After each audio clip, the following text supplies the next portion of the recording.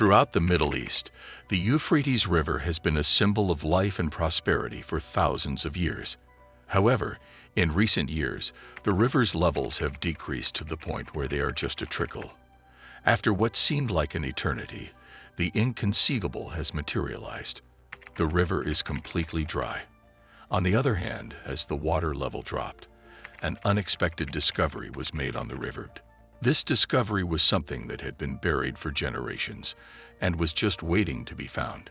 In today's video, we will uncover the truth behind the Euphrates River. So make sure to subscribe to our channel Unexplained History and press the bell icon for more updates. The video is going to be interesting, so watch it till the very end. Let's get started. The Euphrates is one of the world's most significant rivers, flowing from Turkey to Syria and eventually Iraq. The long stretch of river has been the main source of water in the region for over 10,000 years, but now this ancient river is drying up due to terrifying circumstances and plunging millions into an era of unprecedented drought.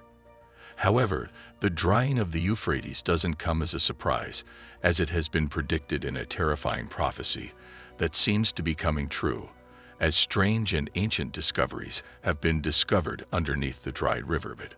The river flows through steep gorges and canyons in Turkey, then through lowlands in Syria, before cutting clear across a ridge and entering the Persian Gulf.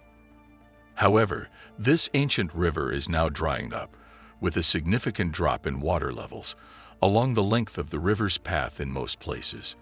In the lower part of the river, mostly in a wreck, the river has completely dried up, and the riverbed is completely exposed, with what was once submerged underwater, now exposed.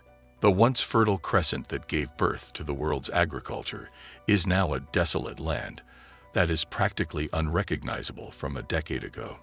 The question is, what caused this once powerful flowing river to dry up almost overnight? And what does it mean for those who depend on its waters to survive, while there is no water? Syria and Iraq use the river's vast resources to maintain agriculture, hydroelectric power plants, and irrigation water for farming. All three countries have had numerous conflicts over the control and usage of the Euphrates, with Turkey having the most control over the river's flow, as it originates in the Armenian mountains in East Turkey. The treaty stipulated how the three riparian states of the Euphrates would utilize the river's water in a way that would be mutually beneficial to all three countries along the river's length. This included any future dams or construction of hydraulic installations that will be placed on the river to generate hydroelectricity, as the number of dams built by Turkey would significantly affect the flow of the Euphrates into Syria, with much of its effect being the acidification. In 1946, Turkey committed to notifying any hydraulic alterations or constructions on the Euphrates River. This allowed Iraq to construct dams on Turkish territory to control the flow of the Euphrates so that the Iraqi populace would not be negatively impacted by any such constructions performed in Turkey. Syria and Turkey were the first to complete hydroelectric dams on the Euphrates to fill reservoirs in 1975, within a year of each other. In addition to the newly constructed dams, a severe drought afflicted the whole Fertile Crescent, resulting in a drastic fall in the river's flow. In 1973, the river regularly carried over 15 cubic kilometers of water, but in 1975, it carried barely 9 cubic kilometers. This prompted Iraq to threaten to bomb the Tapka Dam in Turkey, which was a major cause of the reduction in the river's flow to Iraq. Following a series of negotiations, an agreement was eventually reached between the three nations, and the dams were subsequently opened, increasing the flow of the Euphrates.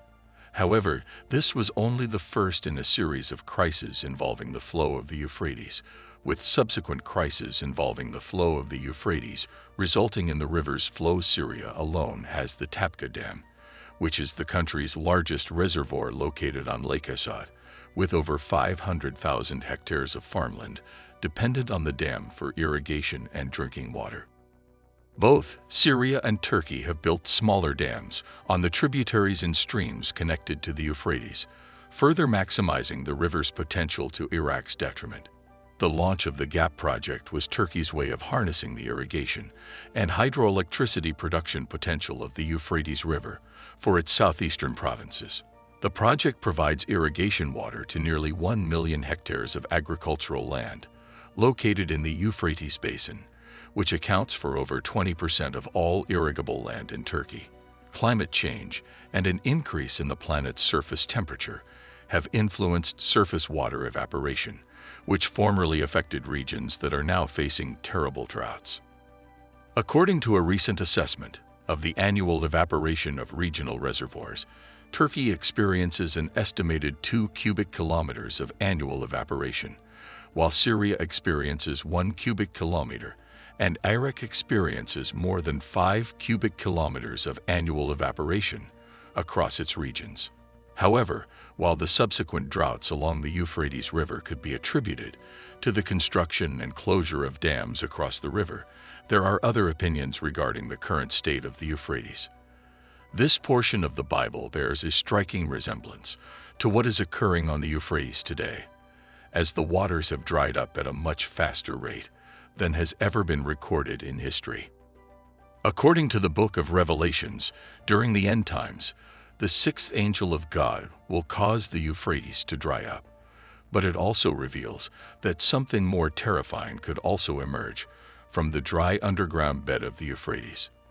Then the sixth angel blew his trumpet, and I heard a voice from the 4 horns of the gold altar that stands in the presence of God.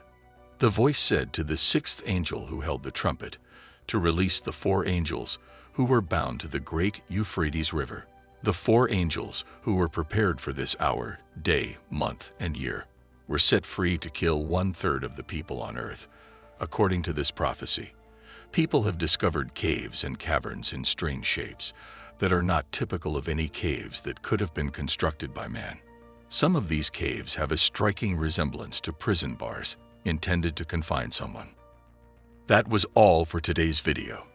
If you have any queries regarding the video, you can ask in the comment section.